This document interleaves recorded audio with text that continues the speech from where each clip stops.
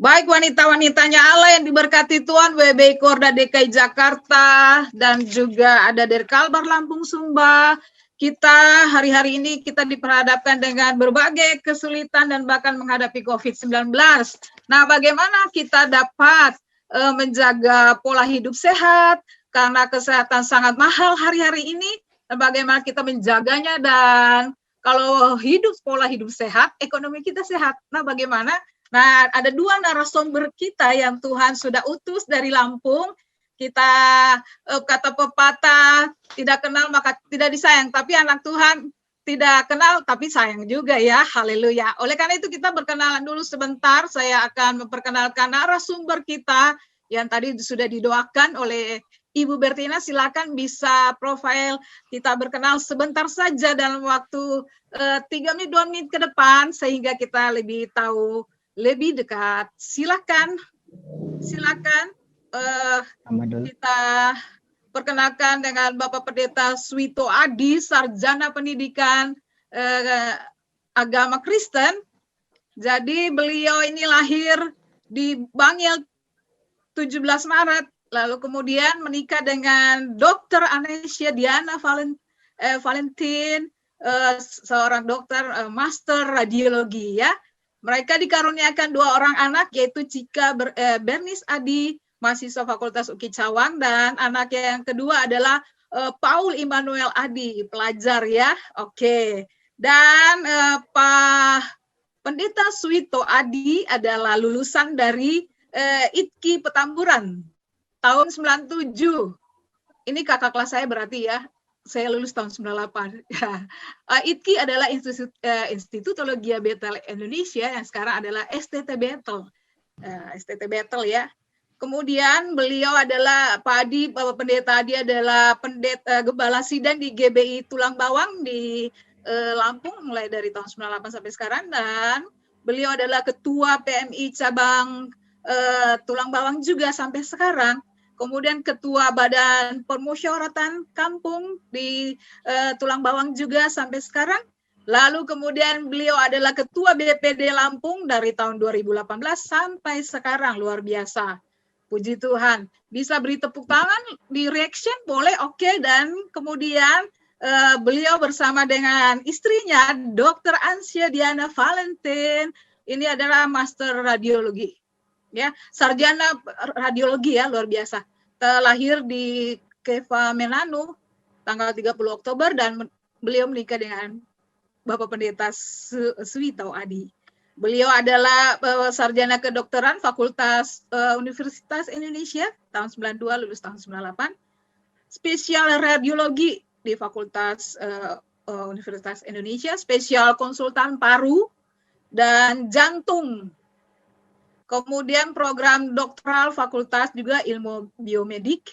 Kemudian jabatan beliau Dr. Diana, kita panggil Dr. Diana, Kapus Gedung Rejo Sakti Tulang Bawang, Kapus Gedung Rejo juga beliau adalah jabatan di sana.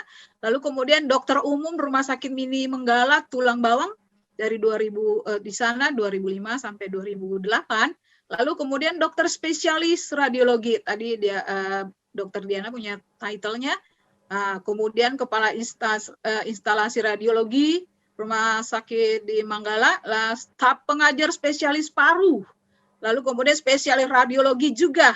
Dan beliau sampai sekarang di Rumah Sakit Umum di Dawang ya. Oke, baik. Itulah perkenalan dan beberapa jabatan-jabatan yang dimiliki oleh kedua narasumber kita. Dan waktu dan tempat kami persilakan, waktu diberikan 45 menit dari sekarang, dan bagi para wanita-wanitanya Allah yang pengen bertanya bisa disampaikan melalui chat. Oke, waktu dan tempat kami persilakan. Baik, saya akan mulai berbagi atau sharing mengenai pola hidup sehat dan ekonomi sehat, dan di mana nanti agribisnis dan ketahanan pangan akan dibawakan oleh Bapak Pendeta Suwito Adi. Baik, slide. Baik, hidup sehat. Semua orang ingin sehat. Keinginan itu begitu tinggi pada setiap kita, dan tingginya keinginan keinginan itu dibarengi dengan biaya perawatan yang begitu tinggi. Dan akhir-akhir ini kita lihat begitu banyak berbagai penyakit, terutama penyakit degeneratif atau penyakit penuaan dini yang terjadi pada kita. Apalagi saat ini terjadi pandemi yang melanda seluruh dunia, itu COVID-19. Hal-hal ini memotivasi kita untuk ingin selalu memiliki hidup yang sehat. Slide.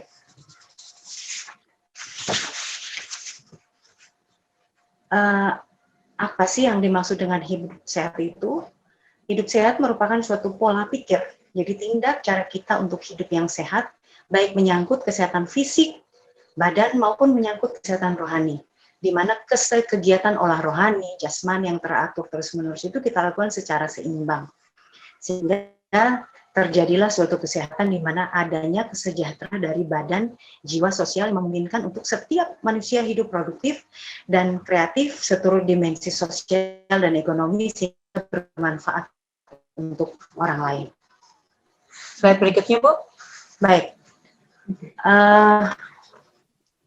Pada Korintus 6 ayat 19 dan 20 dikatakan bahwa, atau tidak tahukah kamu bahwa tubuhmu adalah bait Roh Kudus yang di dalam kamu.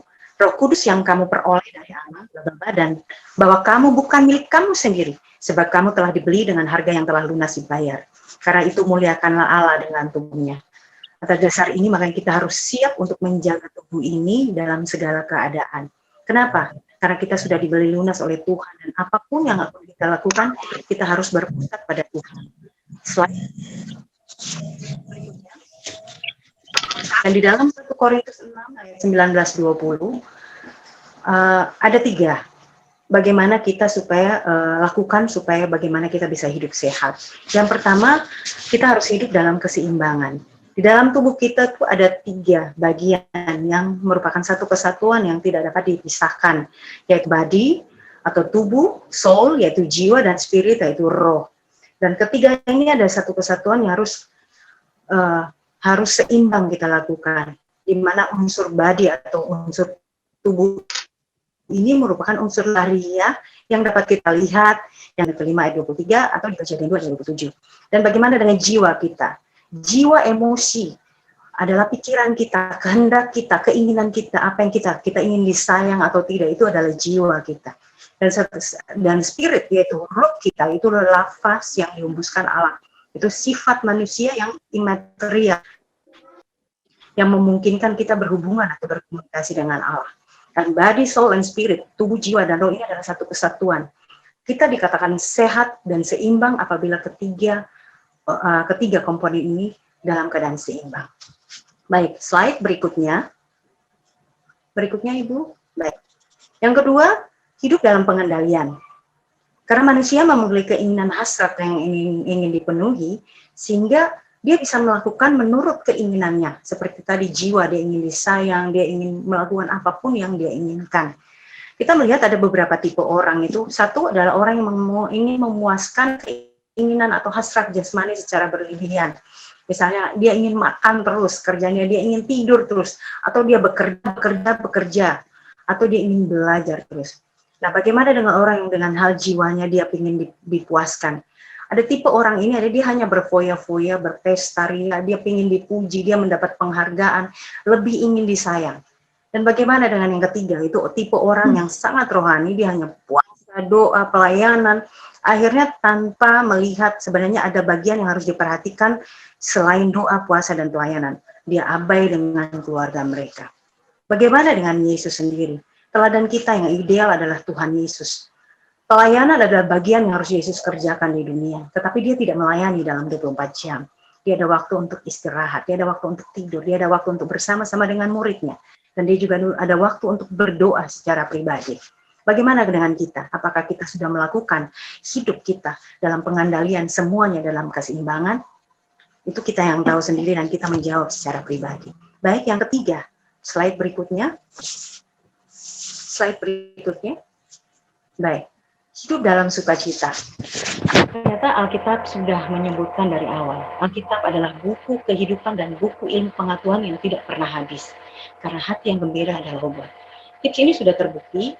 Jadi pada saat saya sekolah tahun 98, namanya Prof. Dadang Hawari, seorang psikiater ternama dari Universitas Indonesia, dia katakan, jika seseorang itu sakit jiwa, jika seseorang itu lagi sedih, jika seseorang itu depresi, kamu tidak perlu memberikannya obat, tapi kamu perlu menuliskan resep. Saya bingung resepnya itu apa. Ternyata resepnya kamu beragama apa, saya beragama Kristen. Tuliskan resepmu dalam doa.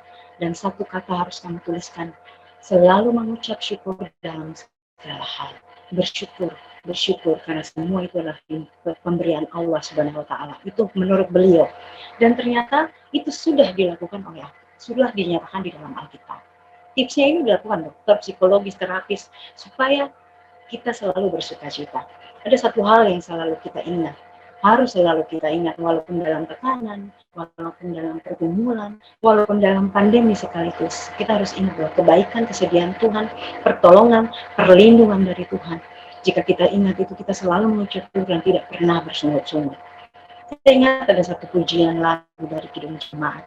Berkat Tuhan, mari kita tahu bila tofan keras melanda hidupmu, bila putus asa dan letih lesu, itulah berkat Tuhan satu yang sudah berikan buat kita, akan membuat kita semakin bersyukur dalam segala keadaan. Nah, bagaimana kita menjaga agar sukacita kita tetap mengalir, terus ada di dalam hati kita? Bagaimana caranya? Marilah kita terus mengucap syukur kepada Tuhan. Ya. Slide berikutnya. Slide berikutnya, Bu. Baik. Jadi, sebenarnya di dalam beberapa penelitian yang dilakukan pada kedokteran, yaitu penelitian pada tikus. Jadi ini salah satu penelitian. Jadi tikus itu diberikan ruangan gelap dan ruangan terang. Kemudian diberikan lagu dengan sukacita, lagu dengan tenang, terus kemudian dilakukan dengan lebih pujian-pujian itu. Dan kemudian satu tikus diberikan dalam keadaan gelap dengan lagu yang tidak begitu menyenangkan. Dan ternyata tikus yang di dalam terang dengan pujian yang tenang, dengan sukacita itu, dia akan lebih bertahan lama hidup dibandingkan dengan tikus yang hidup dalam kegelapan. Terus yang kedua, tikus yang mengalami kesakitan setelah distres, disuntik, ternyata dia lebih tahan banting atau lebih bisa menahan rasa sakit itu dibandingkan dengan tikus yang ada di dalam kegelapan itu. Dan ternyata dari beberapa penelitian juga tidak dilakukan pada tikus, tapi dilakukan pada perorangan, bahwa dengan adanya sukacita dan sukacita itu akan meningkatkan daya tahan tubuh. Dan dalam beberapa penelitian juga dikatakan bahwa ketika kita bergembira, ketika kita memuji, ketika kita melakukan selalu mengucap syukur di dalam hati, akan timbul hormon-hormon yang positif yang menstimulasi organ-organ tubuh. Nah, ibu-ibu coba kalau ingat pada saat keadaan marah, apa yang terjadi? Dadanya berdebar-debar, panas, kepala pusing, dan mata dan kita seperti ingin melampiaskan sesuatu. Sebenarnya itu adalah hormon adrenalin yang terjadi pada saat kita emosi dan marah. Nah, apabila itu terus-menerus kita kerjakan, marah, ternyata itu akan menimbulkan, satu, hipertensi. Yang kedua, dalam kondisi lama dia akan menyebabkan aterosklerosis atau penyebab pada tunika intima. Tunika intima itu adalah lapisan pada pembuluh darah yang akan mengeras terus-menerus jika satu ada penumpukan plak atau kolesterol dan lain-lain. Itu akan menstimulasi organ tubuh kita sehingga suatu saat kita akan menderita penyakit-penyakit yang disebabkan karena kemarahan hati kita. Jangan salah ibu. Pada saat kita membenci orang pun bertahun-tahun, itu akan membuat stimulasi hormon-hormon yang tidak baik. Gitu. Bu Diana, permisi. Halo. Boleh volumenya dikasih besar sedikit karena semakin hari suaranya semakin kecil. Oke, baik. Ini sudah dengar, Bu? Good. Ya. Baik, oke. Terima kasih. Ya, jadi, ya. saya ulang lagi. Ternyata dengan sukacita itu kita dapat meningkatkan daya tahan tubuh.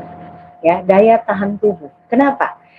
Pada saat kita bersukacita, pada saat kita gembira, pada saat kita melakukan pujian, di dalam tubuh itu akan merangsang hormon-hormon yang positif sehingga menstimulasi organ-organ tubuh yang ada di dalam tubuh kita. Ibu-ibu pernah dalam kondisi marah, apa yang terjadi? emosi. Ketika kita marah pada seseorang, jantung kita berdebar-debar dengan kencang, rasanya panas, ingin keluarkan, ingin teriak atau mengeluarkan sesuatu. Sebenarnya itulah proses normal yang terjadi pada saat kita marah. Tapi kalau proses itu terjadi terus-menerus dalam tubuh kita, dia akan menstimulasi organ tubuh. Kenapa? Ketika saat kita marah, tensi kita akan naik. Karena di dalam tubuh kita pembuluh darah itu akan mengecil. Jadi namanya vasokonstriksi atau mengecil. Nah, kalau kita lagi tenang, akan kebalikan dengan kondisi kita pada saat marah. Jadi suasana hati kita akan menentukan bagaimana kita selanjutnya. Dengan berbahagia dan bersukacita akan meredakan respon, mengurangi rasa sakit. Bu Diana, mohon maaf lagi nih, sorry. Tadi pas Ibu Diana bicara, oke, cuma sekarang sudah turun lagi, mungkin agak dekat speaker sedikit. Iya, biar jelas. Iya. Sudah. Oke, ya baik. Jadi kayak begini, oke. Manfaat sukacita, saya pakai begini. Manfaat sukacita satu, meredakan respon stres, sudah tadi saya jelaskan, mengurangi rasa sakit, dapat meningkatkan daya tubuh, menstimulasi organ tubuh dan suasana hati yang gembira akan menyebabkan kita akan lebih sehat dari sebelumnya. Baik, slide berikutnya. Ya, pola makan sehat. Pola makan sehat menurut Alkitab, setelah kita akan melihat ada 3 prinsip menurut pandangan Alkitab. Yang pertama, prinsip pertama, makanlah hanya zat-zat atau bahan-bahan yang Allah ciptakan sebagai makanan. Hindari apa yang tidak diciptakan sebagai makanan. Apa maksudnya? Jadi di dalam Kejadian 3 ayat 18b dikatakan bahwa Allah memberikan kepadamu segala tumbuh-tumbuhan yang berbiji, ada padi-padian, pulang-pulang, kacang-kacangan. Itu Kejadian 1 ayat 29. Kemudian juga tumbuh-tumbuhan di padang akan menjadi makananmu. Kejadian 18b, Kejadian 3 ayat 18b. Di sana ada selada, ada kol, brokoli, ayam, bayam, asparagus dan lain-lain. Ya, suaranya memang nggak stabil, Bu, karena bandwidth-nya memang jadi sebenarnya pada waktu zaman Nabi Adam, pada zaman Adam itu manusia hanya mengonsumsi makanan-makanan vegetarian, jadi tidak ada daging. Tapi mereka hidup dengan umur yang sangat panjang dibandingkan setelah zaman Nuh air bah manusia memakan daging. Jadi sebenarnya ada baiknya juga kita memang memilih orang bisa melakukan perlu pergemuran. Dan yang prinsip kedua adalah sebanyak mungkin makanlah makanan sebagai makanan itu diciptakan. Jadi sebelum diolah atau dikembangkan, misalnya diolah menjadi makanan yang kaleng dan lain-lain, itu sebenarnya kurang baik untuk kebutuhan kita. Karena makanan kaleng itu banyak terdapat zat pengawet untuk mempertahankan bahwa makanan itu layak konsumsi sampai sekian waktu tertentu, misalnya 3 bulan, 6 bulan dan seterusnya. Dan dalam budaya kita sebenarnya konsumtif dan haus kesenangan itu, kita sering menambahkan bahan-bahan makanan. Bagaimana, Bu? Suaranya sudah lebih stabil? Halo? Baik. Untuk makanan dan bahan-bahan kimia sebagai pengawet, pemutih, perasa dan sebagainya itu, dan mengolah makanan sehingga makanan tersebut tidak lagi mempunyai zat-zat gizi yang alami. Itu khusus untuk makanan-makanan kaleng. Jadi bagusnya ya kita makan makanan contoh sayur-sayur yang lebih alami yang bisa kita olah, atau juga bisa kita tanam sendiri, ya, dengan tambula pot atau lain-lain yang dengan menggunakan lahan yang terbatas pun sebenarnya kita bisa untuk lakukan. Yang ketiga, kita hindari kecanduan makanan. Jadi jangan biarkan satupun makanan ataupun minuman menjadi allahmu. Jadi kalau kita makan sayur itu saja kita makan, sebenarnya tidak boleh. Kita makan harus seimbang. Kalaupun hari ini misalnya sayur hijau, besok tidak hijau, dan besok yang merah atau yang kuning, misalnya yang orange misalnya, kayak wortel. Karena ternyata kalau kita mengkonsumsi satu makanan dalam waktu tertentu, dalam waktu yang lama, misalnya sayuran hijau terus, saluran hijau dengan komposisi yang tidak seimbang, akan menyebabkan peningkatan asam urat misalnya. Jadi misalnya daging terus akan menyebabkan penyakit tertentu gitu. Jadi sebenarnya semua makanan yang diberikan Tuhan bisa kita gunakan atau kita makan, yang penting dalam porsi yang seimbang. Slide berikutnya.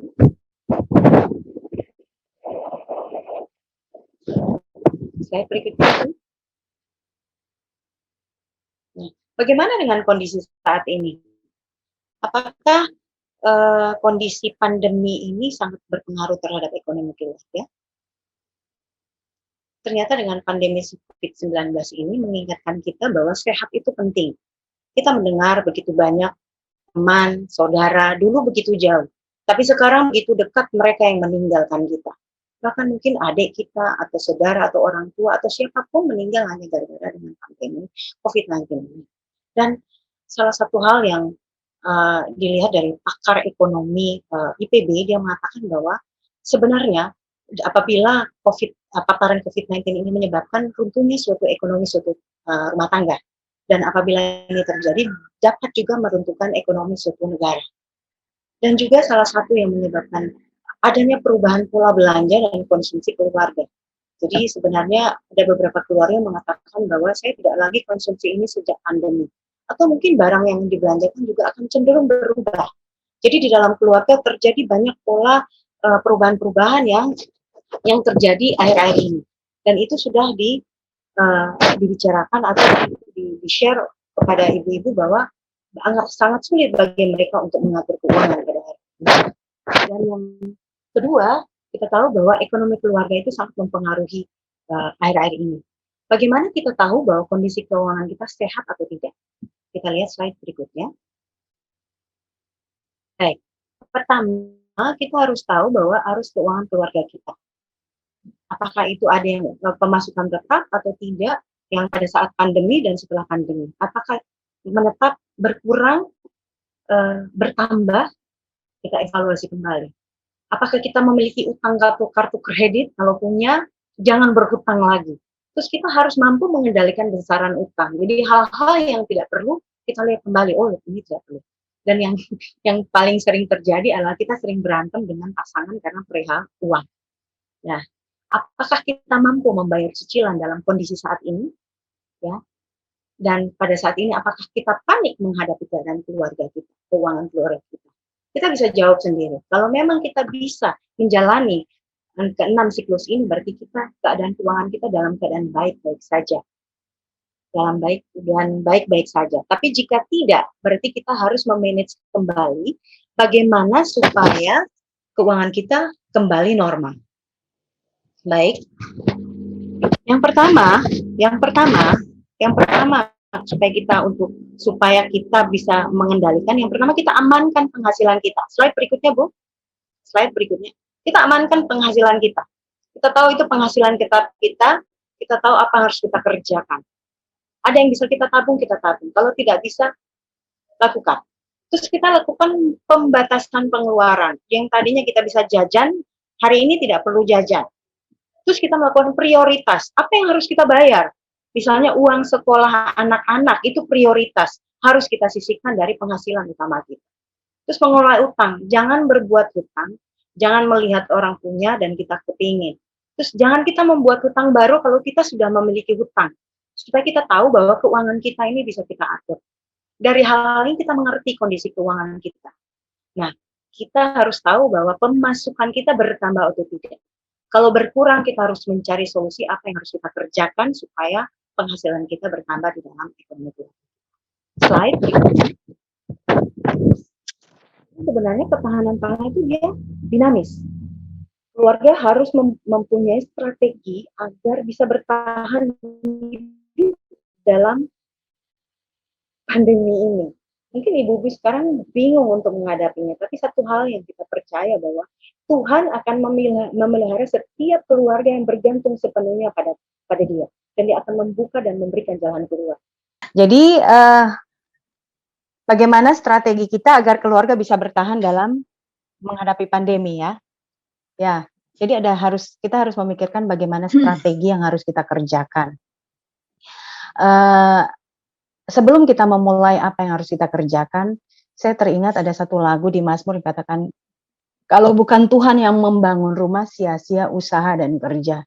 Jadi saya percaya pakar manapun yang mengatakan bahwa kita harus memecahkan ekonomi keluarga, tapi kalau Tuhan tidak berkehendak, semua pun tidak akan bisa dikerjakan dengan baik. Jadi saya percaya sebelum melakukan semua strategi yang akan atau bisnis atau apapun, kita datang kepada Tuhan, apa yang Tuhan mau lakukan untuk kita. Baik, slide berikutnya. Ada beberapa hal yang bisa dilakukan, yaitu yang pertama untuk mengatur keuangan kita. Ibu-ibu yang tadinya suka jajan, kurangin jajan. Atau mungkin ada yang mengurangi jenis lauknya, biasanya dia jenis lauknya 2, dia bisa bikin 1. Gitu. Atau mengurangi frekuensi makan di luar. Kalau dulu kita setelah kebaktian gereja kan kita kan makan di luar. Ya, di sini kurangin, dengan kondisi saat ini kan kita tidak mungkin. Jadi kita lebih bagus makan di rumah. Terus yang kedua, apa lagi yang harus kita kerjakan? Mau melakukan bisnis keluarga dengan menggunakan sarana digital, atau kita bisa memiliki bisnis tetapi pemasarannya masih konvensional dan bisa juga dilakukan secara digital. Slide berikutnya. Dan jadi pertanyaan kita saat ini sih, apa usaha yang harus kita lakukan untuk mendapatkan pendapatan? Adakah usaha rumahan yang berbasis digital untuk pemasarannya, atau usaha ini kita lakukan tetapi tetap menjaga prokes ketika pengantaran pesanan atau melakukan pemasarannya, ya. Ada beberapa yang dianjurkan untuk kita, yaitu yang pertama mungkin usaha kuliner, dan kita bisa memanfaatkan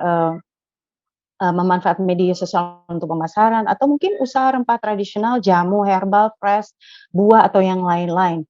Ibu-ibu bisa menggunakannya. Atau bahan baku makanan dengan siap antar, misalnya sayuran, kita sudah punya dan kita antarkan. Atau mungkin usaha masker kain bagi yang punya keahlian menjahit dan lain-lain, atau membuat APD dan lain-lain. Ada juga yang menganjurkan usaha pulsa, listrik, telepon, internet, boleh juga. Dan yang terakhir, sebenarnya kita bisa melakukan sendiri, yaitu bercocok tanam, agribisnis. Mungkin itu nanti kita akan berdiskusi dengan Bapak Swito Adi. Baik, berikutnya, itu adalah tips-tips bagaimana kita bisa membuat usaha sehingga mempertahankan ekonomi keluarga pada saat pandemi ini. Jadi sebenarnya, bagaimana tips hidup sehat kita jika kita tetap saja di rumah? Yang pertama, apabila kita di rumah saja, yang paling penting adalah kita konsumsi makanan sehat, makanan seimbang, gizi seimbang untuk meningkatkan imunitas tubuh. Kita bisa melakukan aktivitas fisik 30 menit per hari, bisa di dalam rumah atau bisa berkeliling keliling kompleks jika masih memungkinkan. Apabila kita bekerja di rumah, kita bisa setiap 30 menit boleh beristirahat. Dan kurangi konsumsi makanan-makanan kaleng dan lain-lain, atau mungkin makanan yang bergula. Ya, ada satu tips dari dokter bahwa ketika seseorang terkena infeksi virus corona, kalau virus itu rata-rata mereka memperbanyak diri dengan glukosa. Nah, glukosa itu banyak terdapat berasal dari karbohidrat. Jadi pada saat kita terkena infeksi corona, lebih bagus kita kurangin nasi. Kita perbanyak protein supaya dia akan menjadi protein dan lemak yang untuk menjadi kalori dan akan kita pakai untuk energi kita. Itu tips ya. Dan jika kita stres, bingung, dan takut, kita bisa berbicara, dan tempat yang paling aman adalah pada Tuhan. Kita boleh berdoa dan mengucap syukur, bahkan menyembah Dia. Baik, begitu slide berikutnya.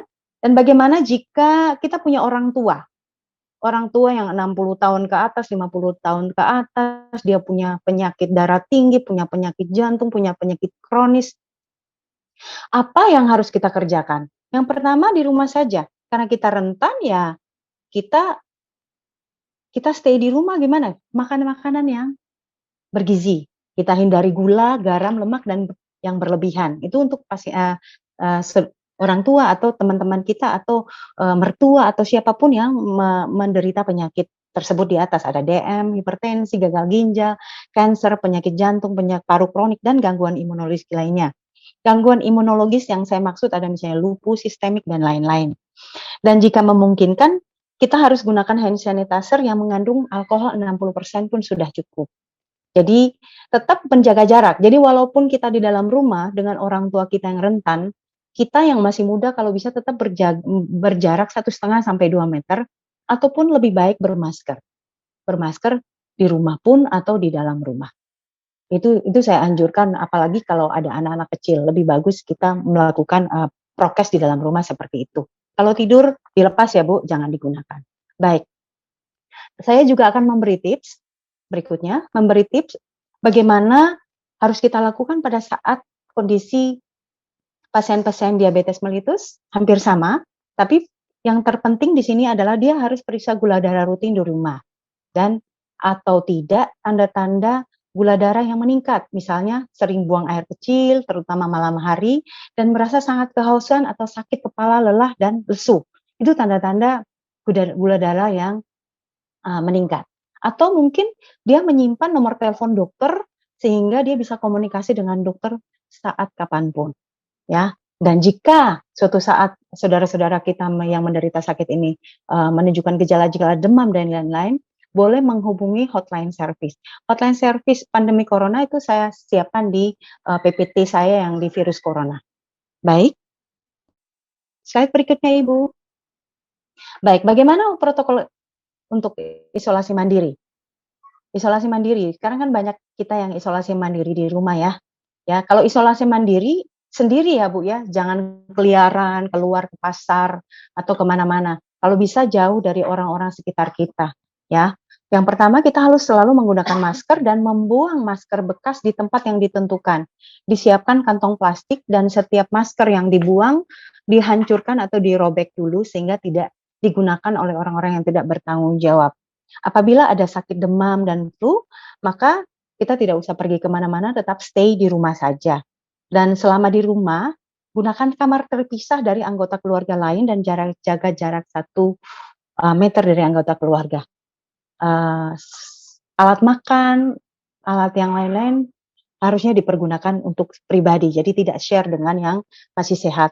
Dan suhu dicek harian, ada batuk, sesak, dan tetap terapkan perilaku hidup sehat, serta konsumsi makanan yang bergizi, mencuci tangan dengan sabun. Dan itu proses itu berjalan terus-menerus. Dan juga cara mencuci tangan dengan baik dan benar itu ada 6 langkah yang sudah saya berikan pada PPT virus corona. Dan juga ingat baik-baik, hubungi segera fasilitas kesehatan jika ada sakit yang berlanjut, demam yang tidak berkurang atau sesak napas atau demam tinggi, sehingga kita perlu perawatan lebih lanjut. Baik, untuk agribisnis dan untuk ketahanan pangan saya akan serahkan kepada Bapak Suwito Adi. Oke, shalom. Shalom. Shalom, Pak. Iya, dengar suara saya ya. Oke ya, Pak Oke. Suwito. Hidup sehat dan ekonomi sehat itu saling berhubungan. Karena kalau tubuh kita ini sakit, kita tidak akan mendapatkan pendapatan atau penghasilan karena kita tidak bekerja.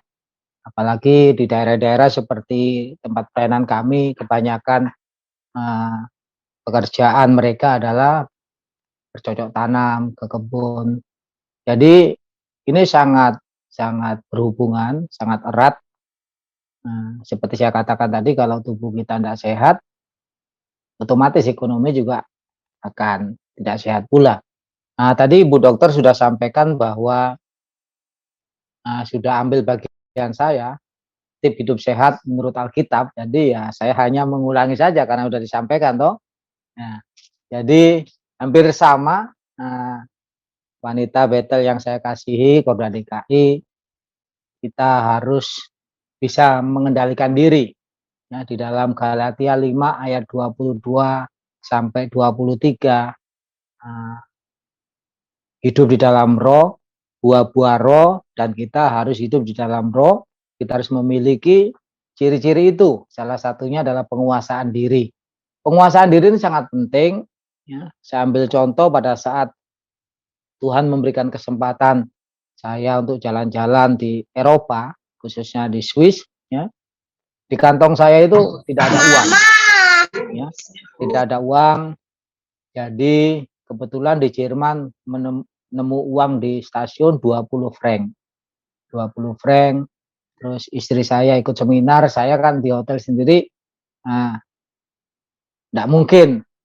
Dan istri saya bilang, kalau mau tidur aja, ngapain tidur di hotel, di Lampung aja, keluar sana. Saya keluar, naik bis di dalam kota Jenewa itu, dan Satu saat saya melihat ada pasar loak, ya pasar loak.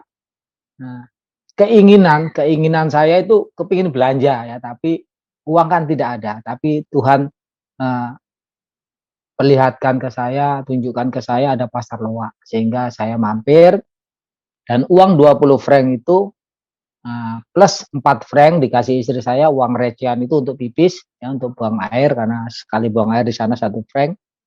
Jadi 20 franc itu saya bisa beli sepatu bola yang kalau di toko harganya 3.600.000 ya. Jadi saya tidak bisa paksakan, saya bisa pinjam ke siapa, ke teman, ke jemaah dan lain sebagainya. Tapi ini tidak baik ya. Tahun 2011 saya ke Israel dapat berkat dari Pemda. Di kantong saya hanya 15.000 rupiah, bukan US dollar ya, 15.000 rupiah.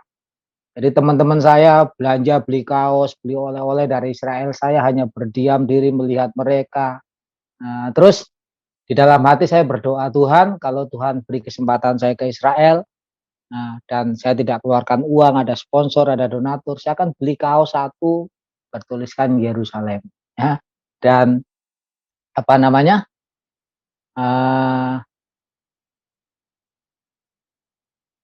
Sangkakala ya. Ternyata benar. Jadi 2017 Tuhan memberikan kesempatan ke sana dan saya bisa beli kaos itu ya.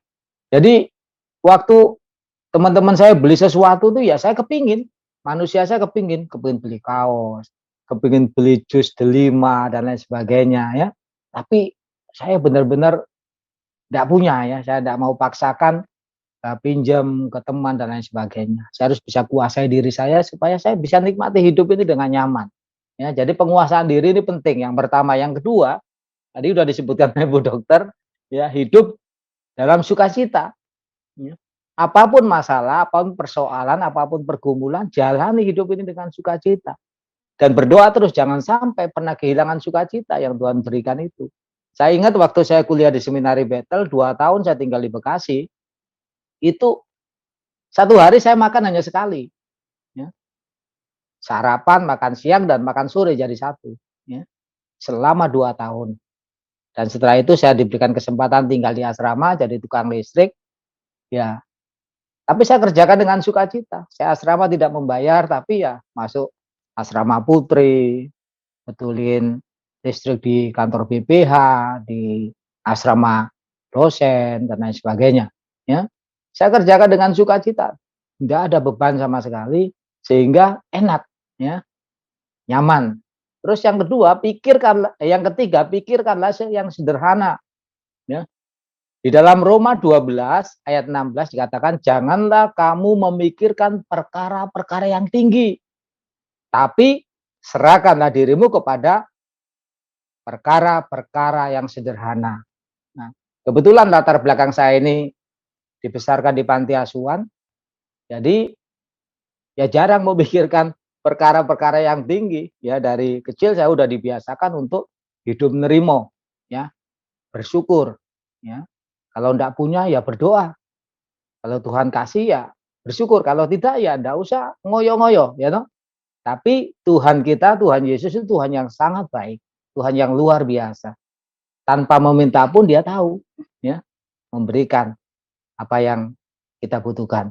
Jadi, saudara-saudara yang dikasih oleh Tuhan, ya apalagi masa pandemi begini, enggak usah mikirkan yang tinggi-tinggi, pikirkannya sederhana saja.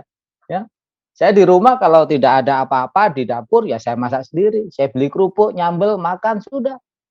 Enggak pusing-pusing dengan makanan. Ya, yang sederhana-sederhana saja. Kalau Tuhan berkati itu, bikin tubuh kita sehat.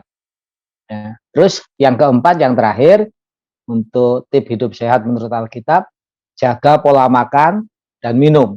Ya, tadi juga sudah disampaikan oleh Bu Dokter. Kalau saya baca di dalam Imamat pasal 1 ayat 47, kita harus bisa membedakan makanan yang sehat, makanan yang dilarang Tuhan atau yang tidak. Tapi sekarang ini kan banyak di antara kita yang makanannya sembrono. Bu Dokter tadi sampaikan yang bagus ya biji-bijian, tumbuh-tumbuhan. Ya, daging boleh tapi jangan terlalu banyak. Tapi di dalam Imamat 1 ayat 47 ini sangat jelas dikatakan bahwa kita tidak boleh makan lemak, ya. Tapi dokter sarankan kita juga perlu lemak. Jadi lemak itu terdiri dari dua macam, lemak yang jahat dan lemak yang baik, ya. Jadi kita harus bedakan itu. Terus tidak boleh makan darah. Suku-suku tertentu kalau makan daging tidak dicampur darah tidak nikmat, ya. Nah, setelah saya pelajari bahwa di dalam darah itu ya tempatnya penyakit. Nah, kebetulan saya di Palang Merah Indonesia dan saya ketua 2 di membidangi di UTD, Unit Transfusi Darah. Jadi saya tahu bahwa darah yang diambil dari pendonor-pendonor itu tidak langsung diberikan kepada yang membutuhkan, tetapi diolah dulu, diteliti dulu, di lab dulu, saudara yang kasih lihat Tuhan. Kalau ada dari pendonor itu darahnya yang mengandung penyakit paru-paru dan lain sebagainya, itu dibuang, ya, tidak diberikan kepada yang membutuhkan darah. Nah, ternyata di dalam darah itu banyak penyakit.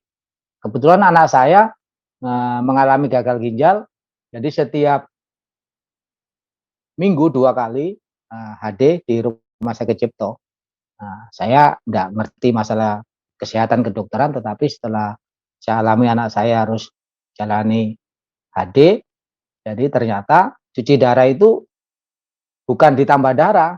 Nah, pertama saya dulu berpikir bahwa darah kita dikeluarin yang jelek terus diganti darah baru. Ternyata darah kita itu banyak kotorannya, banyak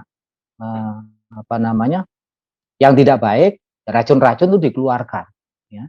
Jadi setelah saya renungkan bahwa Tuhan di dalam perjanjian lama melarang umat Israel untuk tidak boleh makan darah, lemak dan sebagainya, seperti lele, ikan yang tidak bersisik, udang. Ternyata itu semua kolesterolnya tinggi, dan kolesterol ini tidak baik kalau terlalu banyak, ya. Daging babi juga begitu. Kenapa Tuhan katakan daging babi waktu itu haram? Karena zaman dulu masak daging itu tidak semodern sekarang, hanya dipanggang, hanya dibakar terus dimakan. Sedangkan cacing pitanya itu masih ada dan bisa jadi penyakit buat yang memakannya, ya. Jadi kita harus jaga pola makan, ya. Perbanyak makan sayur, buah-buahan supaya tubuh kita ini sehat. Nah, oke, itu saja. Dan untuk masalah ekonomi sehat, ya, masa pandemi ini kan masa yang sulit, ya, bukan hanya buat pengusaha, tetapi buat masyarakat umum, buat hamba-hamba Tuhan.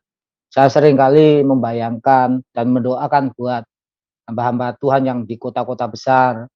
Saya bayangkan mereka betapa hidupnya, ya, sekarang ini susah karena pandemi ini, ya. Semuanya harus beli sayuran dan lain sebagainya. Tapi hari ini saya akan memberikan tips buat ibu-ibu, ya, yang mungkin dulu tidak terpikirkan untuk bercocok tanam di rumah. Apa saja bisa kita tanam dengan media yang sangat minim pun, ya. Kalau sekarang kebetulan tadi ada jambu, ya. Tadi saya buatkan video, ya. Ini jambu ini saya tanam di pot. Kalau dulu orang berpikir tanam di pot buahnya tidak maksimal, nanti buahnya kecil-kecil, ya. Ini, nah, satu gelas ini kelihatan, ya. Gelas ini besar, ya, tapi ini jambu ini tidak muat di gelas. Ini saya tanam di pot, ya. Jadi ditanam di pot pun bisa menghasilkan buah yang maksimal. Dulu saya berpikir bahwa anggur itu tidak cocok di Indonesia. Ternyata anggur sangat cocok di Indonesia. Saya coba tanam pohon anggur, usia 1 tahun saya buahkan dan berbuah. Nah, ibu-ibu bisa lihat nanti di video yang saya kirim, ya. Saya tidak punya lahan yang luas, saya tinggal di pastori, ya, dan saya buat kolam yang kecil, tapi bisa dilihat nanti di videonya bahwa kolam yang kecil pun itu kalau Tuhan berkati bisa buat pelihara ikan gurame dan itu bisa 2,5 kg beratnya, ya. Jadi ibu-ibu yang dikasih oleh Tuhan, mulai sekarang, ya, kita harus kreatif, ya. Pandemi ini tidak tahu kapan berakhir, ya, kita harus kreatif. Ibu-ibu bisa beli cabai, cabai itu jangan dibuang. Sisakan satu yang sudah tua, ditabur saja di media yang kecil, nanti bisa ditanam di tempat-tempat barang bekas seperti botol aqua yang besar itu dibagi 2 bisa, ya. Media tanam sekarang kita tidak perlu membuat sendiri, bisa beli di toko Trubus, di toko-toko yang jual bunga, itu sudah jadi. Media tanam yang minim pun bisa nanam cabai, bisa nanam tomat. Dan jika saudara-saudara tidak bisa membeli ke pasar, tidak ada kesempatan untuk pergi ke pasar, bisa metik. Pakai paku, botol-botol aqua itu ditancepin di dinding-dinding. Yang penting semua tanaman yang kita tanam itu bisa terkena sinar matahari. Jadi kuncinya di sinar matahari. Ibu-ibu yang dikasih oleh Tuhan, tanam pepaya juga itu sangat membantu sekali. Karena apa? Pepaya muda itu obat asam urat yang sangat manjur. Ya. Jadi pepaya muda yang kecil seukuran separuh kepal tangan orang dewasa itu dipotong-potong, dicuci bersih, kulitnya sama dagingnya direbus 2 gelas sampai jadi 1 gelas. Diminum sehari sekali, 5 hari kalau kaki kita sudah bengkak, sudah tidak bisa jalan, 5 kali sampai 14 kali sudah sembuh. Monggo nanti dicoba ya. Nggak usah minum obat dokter. Istri saya dokter, tapi saya tidak pernah minum obat dokter. Nah, seperti pohon daun salam bisa kita tanam di pot aja bisa. Ya, pot yang sederhana. Dari kaleng-kaleng bekas bisa. Nah, daunnya itu sangat manjur. Selain untuk penyedap masakan, juga untuk obat kolesterol. Ya. 10 daun salam direbus 2 gelas sampai jadi 1 gelas. Kalau tengkuk saudara sudah kaku karena kolesterol, itu minum 5 gelas saja sudah mengurangi sekali. Dan ginjal kita tidak rusak karena obat-obatan kimia. Ibu-ibu yang dikasih oleh Tuhan, mungkin nanti ada yang melihat video yang saya kirim di Korda WBI, dan jika ada yang kurang paham, kurang mengerti, bisa menghubungi di WA saya atau di Facebook saya. Nah, saya punya banyak ya, adik-adik, saudara-saudara, walaupun tidak kenal, saya motivasi di masa pandemi ini. Ada saudara ketemu di grup Tabulapot di Tangerang, walaupun bukan seagama, bukan orang Kristen, tapi saya motivasi bagaimana menghasilkan uang, datang ke rumah. Bagaimana caranya? Jual tabulapot, tanaman buah di dalam pot, jambu madu, belimbing, pohon-pohon yang mudah dibuahkan di media yang kecil, itu bisa menghasilkan uang, menghasilkan berkat datang ke rumah kita. Ya. Jadi yang penting kita harus kreatif. Ikuti grup-grup yang membangun, ikuti grup-grup yang membuat kita memiliki pengalaman-pengalaman baru. Ya, banyak sekarang. Nah, saya tidak sekolah pertanian, tetapi bersyukur apa yang saya tanam semuanya itu hasilnya sangat baik. Dan bukan saya jual, siapa yang datang ke rumah bisa menikmati, kita bisa berbagi berkat. Dan kalau tanaman kita tidak menghasilkan buah, minimal oksigen. Pohon yang kita tanam itu sudah menghasilkan oksigen untuk tetangga, untuk keluarga, dan lain sebagainya. Kita harus bertanggung jawab dengan ciptaan Tuhan. Tuhan memberikan semuanya untuk kita pelihara, untuk kita jaga, untuk kita kembangkan. Ya, jadi ibu-ibu Korda WBI DKI, jika ada yang kepingin nanam pohon, itu ada pohon ya yang saya upload tuh anggur, jambu, semua itu mudah dibuahkan. Ya, yang penting kata firman Tuhan, kalau tangan kita ini rajin, tangan kita ini digerakkan, tidak malas, pasti bisa menghasilkan sesuatu untuk kita nikmati. Dan buah-buah yang kita tanam sendiri itu lebih sehat ya dibanding ibu-ibu beli di supermarket atau di pedagang-pedagang buah. Coba bandingkan. Kalau ibu-ibu beli kelengkeng di pedagang buah, taruh saja di ruangan terbuka 3 hari, 4 hari, 5 hari tidak akan busuk. Atau anggur tidak akan busuk. Tapi kalau kita tanam sendiri, kita petik hari ini 3 hari, 4 hari sudah busuk. Ya. Kenapa? Buah-buahan yang kita tanam tidak busuk karena ada pengawet. Kangkung pun juga sudah ada pengawet. Jadi ibu-ibu bisa beli bibit kangkung yang eceran. ya 5.000 itu sudah dapat banyak.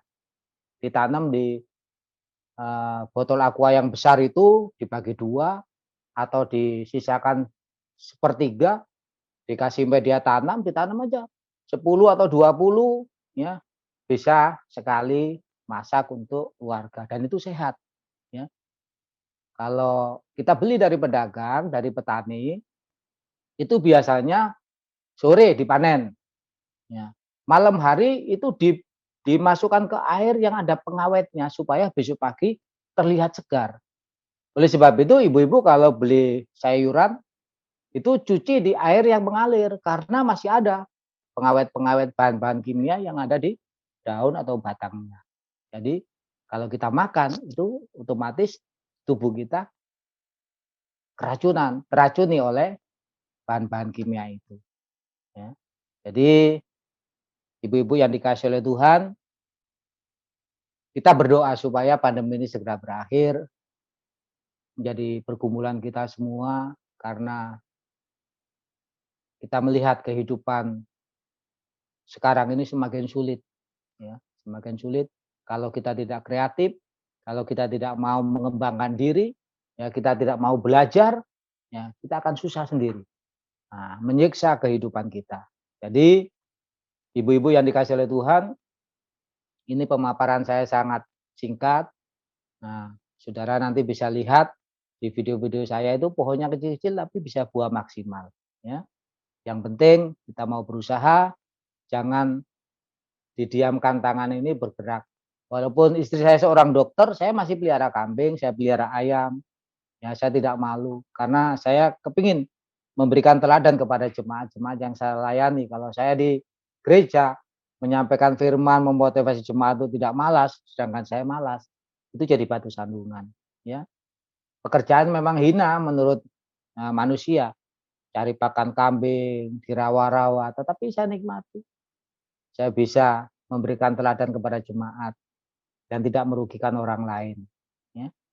Oke, saya kira itu saja. Mungkin ada yang mau bertanya atau mau belajar, bisa nanti minta nomor HP. Saya siap menjawab jika saya tidak ada kegiatan. Saya akan memberikan penjelasan-penjelasan bagaimana cara menanam, bagaimana cara membungakan, membuahkan, ya, bagaimana cara memelihara dari bunga sampai matang maksimal supaya tidak busuk dan lain sebagainya. Bisa. Ya, saya dengan senang hati. Apalagi kalau mau beli bibit sama saya toh. Iya, kalau yang tidak punya uang juga saya mau kirim bibitnya, saya kasih gratis ya, supaya bisa menjadi berkat buat ibu-ibu Korda DKI. Tuhan memberkati. Baik, Shalom. puji Tuhan kita bisa beri tepuk tangan melalui raise hand. Terima kasih ya untuk Bapak Pendeta Suito Adi dan Ibu Diana. Terima kasih untuk pemaparan webinar yang sangat luar biasa, pola hidup sehat, ekonomi sehat. Baik, saya langsung saja ya, karena itu tadi pemaparan sudah jelas banget ya. Jadi ada satu pertanyaan nih Pak Suito. Bagaimana cara mendapatkan bibit jambu dan buah yang lain? Silakan Pak. Bisa beli di penjual-penjual bibit yang ada di sekitar ibu-ibu yang bertanya tadi, ibu yang bertanya tadi. Nah, jambu ini ada berbagai macam, ya, ada berbagai macam. Kalau nanti ibu mau menanam pohon jambu dalhari dan belum mengerti ciri-cirinya, bisa difoto dulu daunnya, dikirim ke saya, ya. Saya sedikit banyak menguasai dari daunnya, saya sudah tahu buahnya seperti apa atau mangga dan lain sebagainya. Tapi kalau di sekitar ibu tidak ada yang jual bibit, saya siap kirim dari Lampung ya. Saya siap ya. Saya siap. Wah, luar biasa ya. Jadi yang kalau misalnya penjual-penjual kembang itu ada bibit-bibit jambu juga ya, benar ya? Benar nggak ya? Ada. Ada Biasanya, ya, tapi ada juga yang tidak. Oke. Baik. Ada yang mau bertanya lagi? Ada pertanyaan? Bisa lihat kebun bibit buah Pak Suito Adi. Saya di jujur, Facebook ya? Ya. Ada di Facebook ya? Jadi Oke. enggak gini, saya jawab. Jadi banyak teman-teman saya di Jakarta itu berpikir saya itu punya kebun luas, ya. Jadi tanaman saya banyak, tidak, semua itu di pot. Karena saya tidak punya kebun, hanya ditanam di pinggir-pinggir pastori, rumah gereja punya Tuhan juga. Saya juga. Iya betul. Bagi ibu-ibu yang bisa mau lihat, ada di Facebook beliau ya, ada di Facebook beliau. Ya. Ada di Facebook ya, iya itu ada keterangan. Oke, baik, ada di Facebook. Ada lagi yang mau bertanya kah dari wanita-wanita hebat Korda DKI Jakarta? Ada yang mau bertanya? Oh, untuk Ibu Diana, apa benar jika kita dari luar rumah pulang harus mandi air panas hangat? Pertanyaan ditujukan kepada Ibu Dokter Diana. Silakan. Tidak perlu, Bu. Tidak perlu, Bu. Ibu mandi air biasa aja dengan sabun juga bisa. Sabun itu kan ada untuk antibakterial. Atau biasanya kalau saya dari rumah sakit, saya mandi pakai Dettol. Boleh. Mandi pakai air panas tiap hari. Tidak perlu. Dengan sabun, dengan mandi yang bersih, bahkan dengan Dettol pun sudah cukup. Ya. Oke, baik Ibu Yuli. Jadi nggak usah perlu air hangat, yang penting ada sabun, air mengalir udah oke. Iya, menurut Ibu Dokter Diana ya. Baik, masih adakah pertanyaan? Oke, udah cukup. Ada yang mau bertanya kah? Ya. Ada lagi? Oke, itu terima kasih Bu Dokter ya atas jawabannya. Baik, kalau tidak ada pertanyaan kan tadi ada nomornya Pak Swito ya. Sudah bisa mau menghubungi dan lain sebagainya, mau bertanya media tanah, media tanaman, buah apa, silahkan saja langsung nanti ya.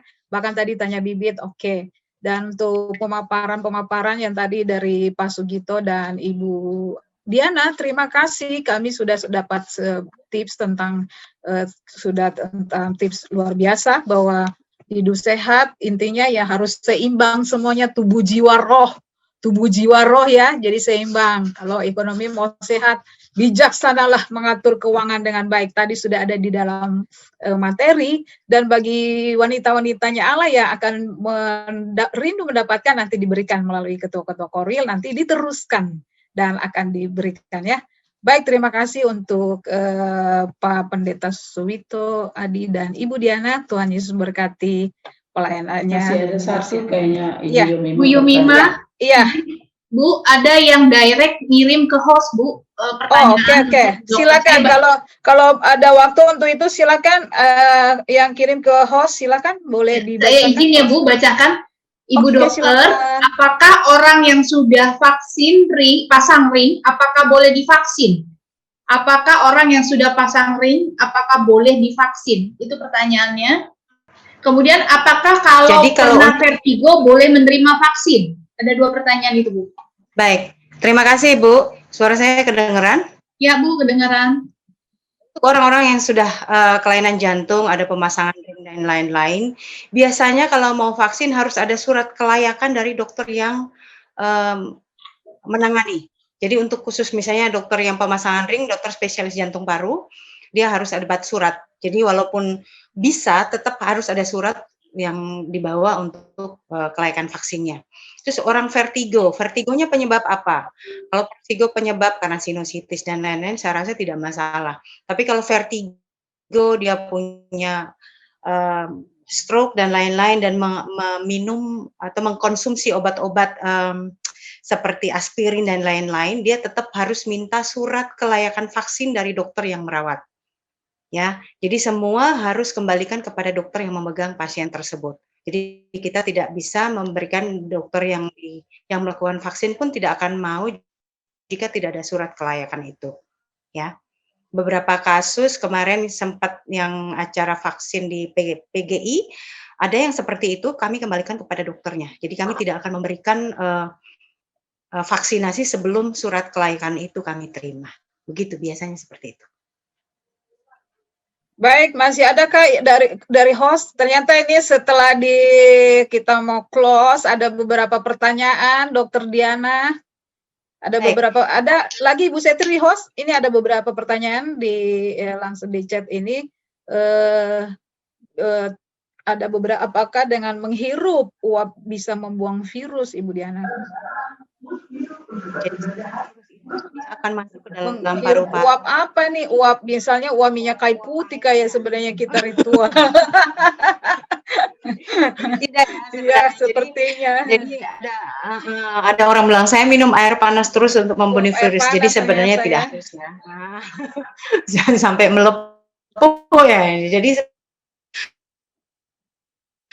virus itu dia akan masuk dan dia akan tersangkut ke paru-paru ya. Jadi paru-paru kan dalam ya, saluran pernapasan bukan saluran pencernaan. Jadi saya rasa tidak. Terus dan bagaimana kalau jalan pagi pakai masker? Ya, kalau yang rame harus pakai masker. Kecuali kalau memang antara kita sendiri, saya rasa tidak masalah ya. Kita olahraga berat misalnya angkat barbel atau lain-lain. Tapi kalau misalnya rame, lebih bagus, lebih aman kita pakai masker dan berjarak 1,5 sampai 2 meter sama orang-orang di dekat kita. Terus bagaimana jika sudah terpapar COVID 1 bulan kemudian harus vaksin kedua? Apakah diperbolehkan? Boleh. Boleh. Jadi ketika setelah divaksin pertama dia terkena infeksi COVID, corona, biasanya setelah fase akut itu sampai biasanya kurang dari 9 hari biasanya dia mulai demam tinggi, penciuman menghilang dan lain-lain. Nah itu tidak diberikan vaksin kedua. Tapi setelah fase akutnya selesai bisa diberikan. Tapi sebenarnya ada beberapa dokter yang ada yang bilang ada yang 3 bulan dulu, 14 hari dulu. Tapi sekarang ada aturan boleh diberikan setelah fase akut. Fase akut yang tadi saya katakan kurang dari 9 hari jika gejala-gejala yang akut tadi demam dan lain-lain sudah tidak ada. Ya. Terus saya mau berbicara bahwa ketika orang sudah vaksin 1 dan 2, apakah masih bisa terkena corona? Iya bisa. Bisa. Kenapa? Ternyata kita vaksin tuh fungsinya untuk memberikan antibodi terhadap virus corona. Dan ketika setelah kita vaksin kena, yang ada untungnya bahwa setelah vaksin gejala yang kita dapatkan tidak akan separah gejala tanpa vaksinasi. Karena dia sudah mengenali, oh ini nih, misalnya ini warna merah nih, datang, saya bisa melawan, karena sudah ada antibodi. Tetapi dari semua yang vaksin, 60% akan terbentuk antibodi.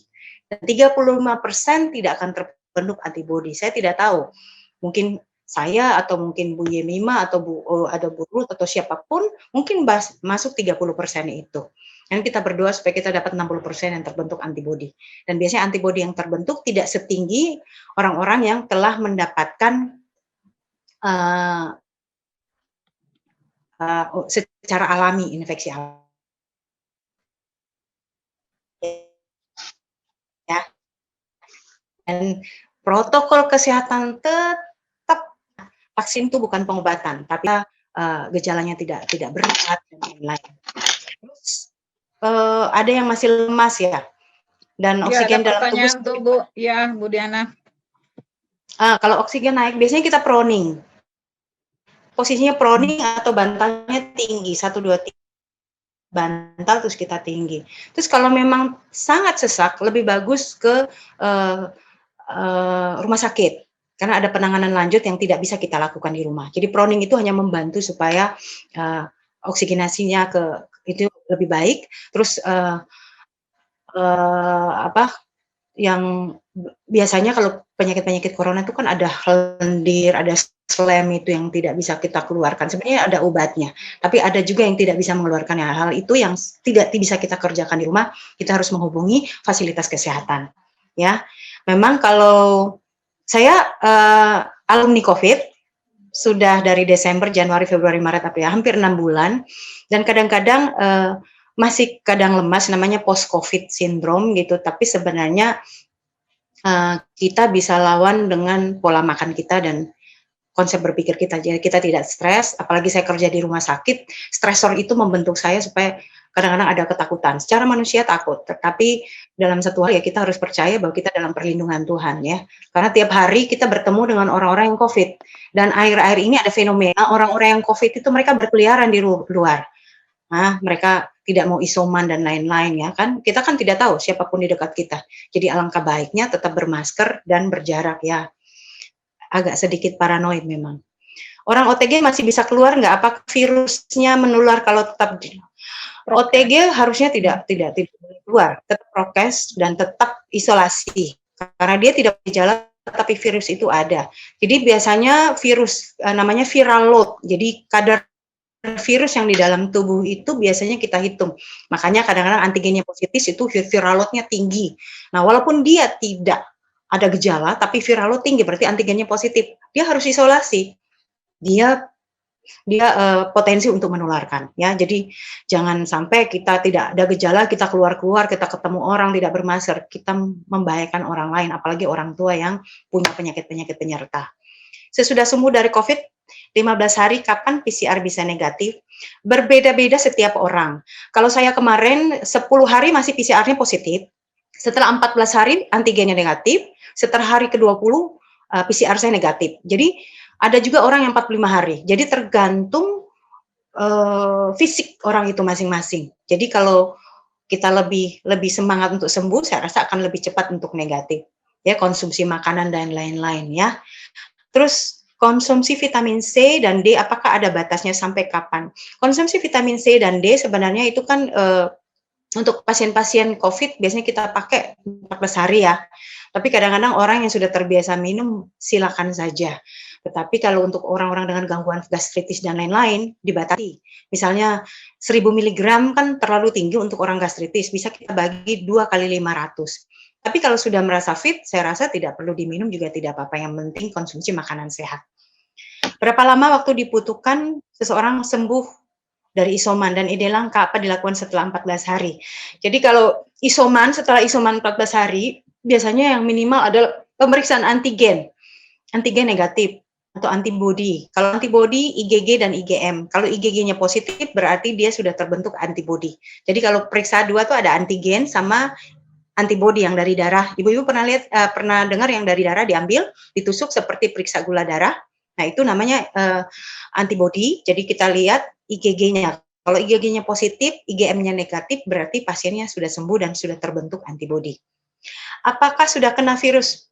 Bisa kena kedua kali? Bisa. Sampai ketiga kali juga ada. Prof, ada dosen saya sampai 3 kali kena. Jadi sebenarnya tergantung imun kita. Tergantung imun kita. Setelah ibu-ibu kena, tetap prokes.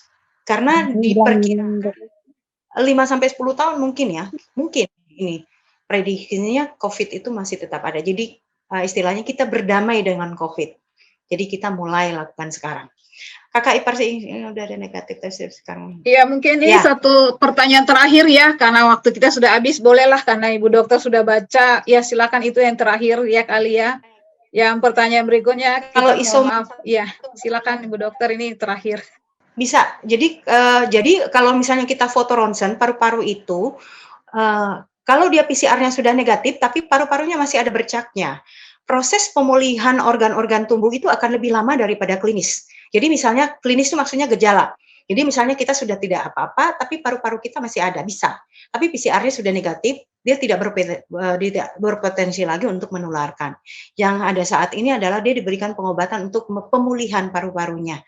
Ya, kalau meriang berikan vitamin dan lain-lain. Jadi mengurangi aktivitas yang benar-benar menguras tenaga. Ya. Terus berapa lama antibodi dari vaksin itu terbentuk dalam tubuh kita? Untuk vaksin saat ini diperkirakan 6-12 bulan. Jadi kalau misalnya sudah 6 bulan atau 12 bulan atau 1 tahun, Anda harus booster vaksin lagi. Nah, ini ada wacana pemerintah untuk booster untuk nakes yang ketiga. Jadi sebenarnya kita tidak tahu, mungkin setiap tahun nanti suatu saat untuk COVID, tapi kita tidak tahu ke depan. Kita hanya bisa berdoa supaya COVID ini bisa dikendalikan. Kita sama-sama berdoa dan yang terpenting adalah kita sama-sama menerapkan protokol kesehatan dimanapun kita berada. Jadi kalau kita sudah tetap terapkan itu, saya percaya kita semua akan lebih baik dari sebelumnya. Baik, itu saja. Nanti kalau ada pertanyaan, iya, betul. Monggo di WA saja. Iya, monggo. Baik, terima kasih ya Ibu Diana. Ibu Dokter Diana yang sudah menjawab pertanyaan-pertanyaan. Kalau nggak berhenti pasti ada lagi nih. Sekali lagi kita kasih tepuk tangan yuk melalui hand reaction. Ya, oke. Baik, terima kasih sekali lagi. Terima kasih Bapak Pendeta Suito Adi dan Ibu Dokter Diana Mesa. Dan waktu sekarang saya berikan untuk Ibu Bertina, silakan. Puji Tuhan, saya percaya kita semua diberkati luar biasa. Amin, Ibu-ibu. Wow. Mohon maaf dengan sangat karena di luar kendali kita memang tadi di awal-awal agak sedikit ada gangguan. Itu bukan karena kesengajaan ya Ibu-ibu ya. Tapi puji Tuhan makin ke sini makin oke, makin sip, makin mantap pokoknya. Kayaknya lengkap banget hari ini berkatnya ya. Luar biasa banget dan pokoknya saya sangat terberkati. Saya percaya dari senyum wajah Ibu-ibu juga sangat terberkati ya. Terima kasih sekali lagi buat Pak Pendeta Suito, ini teman kami di Seminari Bethel. Luar biasa ya. Tukang listrik sekarang jadi ketua BPD. Wow, dahsyat men ya. Dan Ibu Dr. Diana sangat-sangat memberkati. Akhirnya pertanyaan-pertanyaan ibu-ibu jadi terjawab juga ya. Walaupun waktu sudah agak molor sebetulnya, tapi nggak apa-apa. Saya percaya ini sangat berguna, sangat bermanfaat buat kita sekalian. Puji Tuhan. Sebelum kita nanti masuk dalam doa penutup dan doa berkat oleh Bapak Pendeta Suito, saya ingin mengucapkan banyak-banyak terima kasih kepada pengurus pusat PPWBI yang sudah mendukung kita dan hadir. Saya tadi melihat Ibu Dr. Eunike hadir bersama dengan kita. Terima kasih Ibu, dan juga mungkin ada pengurus lain yang saya nggak sempat lihat di layar. Terima kasih juga yang dari Kalimantan Barat, terima kasih. Dan juga yang dari Lampung, dan kepada kita semua ibu yang hebat dan luar biasa. Baik, ada pengumuman yang saya akan sampaikan, mohon ditayangkan supaya setelah itu kita boleh menutup dalam doa berkat. Ya, ibu-ibu, ada beberapa kegiatan dari Korda yang akan kita langsungkan ke depan, ya. Jadi ini yang pertama ada doakan ya. Ini kami mohon dukungan doa dari ibu-ibu sekalian untuk acara Temu Kangen Wanita Mandiri diadakan pada tanggal 23 Agustus 2021. Ini dia flyernya, nanti akan di-share. Jadi mohon ibu-ibu menyampaikan kepada WBI-WBI-nya, nanti akan dilanjutkan ke Ketua Koryul dari Korda, dari Ketua Koryul ke WBI-nya ibu-ibu sekalian. Ingat tanggalnya, tanggal 23 Agustus pukul 16 sore sampai selesai. Pasti acara ini akan sangat memberkati ya. Next, yang berikutnya. Ya, ada webinar hukum. Ini penting banget, kita jarang-jarang ini dapat beginian ya ibu-ibu ya. Jadi wanita dan hukum akan diadakan pada tanggal 20 September 2021 pukul 15. Bukan pukul 16, pakai pukul 15. Tadi pukul 16 yang wanita mandiri ya. Ini pukul 15 oleh Ibu Pendeta Rosmaida Sian SHMH. Ada di tengah-tengah kita juga ya. Jadi pastikan ibu-ibu boleh ikut, nanti akan di-share juga untuk flyernya. Oke, next. Ya tentu sangat diharapkan dukungan doa dari ibu-ibu ya.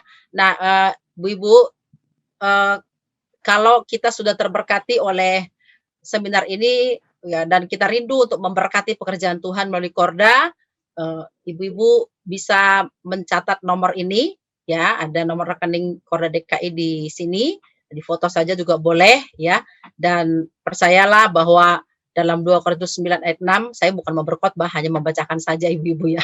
Orang yang menabur sedikit akan menuai sedikit, dan yang orang menabur banyak akan menuai banyak. Saya percaya kita sudah dapat banyak sore hari ini, dan saya percaya juga Tuhan akan terus memberkati kita, dan apabila kita juga terus menyalurkan berkat itu kepada melalui maksud saya Korda DKI. Terima kasih. Masih adakah pengumuman berikutnya? Nah, sudah ya. Shalom Bu, boleh titip pengumuman? Baik Ibu Ike. Iya. Silakan Ibu. Departemen Wanita mengadakan webinar tanggal 27 Juli yang akan datang jam 14, jam 2 siang. Nanti linknya akan dibagikan ke Korda. Judulnya adalah yang disukai ibu-ibu nih. Gizi dan diet sehat kekinian. Asik. Ya, itu aja. Oke, diet dan gizi dan diet sehat kekinian. Jadi dulu ada kekunoan ya, sekarang kekinian. Mantap. Itu aja, terima kasih. Ya, Ibu itu tahu aja. Iya. Dibutuhkan ibu-ibu sekarang ini. Terima kasih banyak. Saya percaya itu akan menjawab kebutuhan dan kerinduan ibu-ibu semua ya. Oke, terima kasih Bu Ike. Dicatat tanggalnya tanggal 27 Juli tadi ya, pukul 14 siang hari. Mungkin nanti akan juga pasti di-share lah flyernya ya. Baik, itu saja yang kita perlu perhatikan beberapa hal dari pengumuman Korda DKI. Sekarang kita akan masuk dalam doa penutup dan doa berkat. Saya kembalikan kepada Bapak Pendeta Suito Adi untuk menutup kita dalam doa berkat. Oke, mari kita berdoa. Bapa kami yang ada di surga, yang kami panggil di dalam nama Tuhan Yesus Kristus. Bapa yang mengasihi kami, Bapa yang menyertai, Bapa yang melindungi, Bapa yang memberkati kehidupan kami sampai hari ini. Terima kasih Bapa di surga atas kesempatan yang Kau berikan dalam acara webinar WBI DKI Jakarta sore hari ini beserta WBI yang dari Kalimantan Timur, NTT, dan juga Lampung. Kiranya acara ini boleh memberkati wanita Betel Indonesia dalam menghadapi pandemi COVID-19 dan mereka dapat menerima berkat ini dengan sukacita, menyimpan dalam hati, merenungkan, dan boleh mempraktekkan dalam kehidupan. Terima kasih Bapa di surga memberkati pengurus Korda DKI Jakarta yang menjadi saluran berkat bagi kami sore hari ini. Terpujilah nama-Mu, di dalam nama Tuhan Yesus Kristus kami berdoa, kami bersyukur. Wanita Betel Indonesia yang dikasihi Tuhan, sebelum kita mengakhiri acara ini, arahkan hatimu, angkat kedua tanganmu, terimalah berkat dan damai sejahtera dari Allah Bapa, cinta kasih sayang dari putranya yang tunggal Tuhan Yesus Kristus, penyertaan, kekuatan, penghiburan, dan persekutuan yang manis dengan Allah Roh Kudus, mulai hari ini sampai Maranatha. Dalam nama Tuhan Yesus kami berdoa, kami bersyukur. Yang percaya katakan, amin. Amin. Puji Tuhan. Semuanya. Terima kasih Pak Suito, Ibu Dr. Diana untuk berkatnya hari ini. Tuhan memberkati.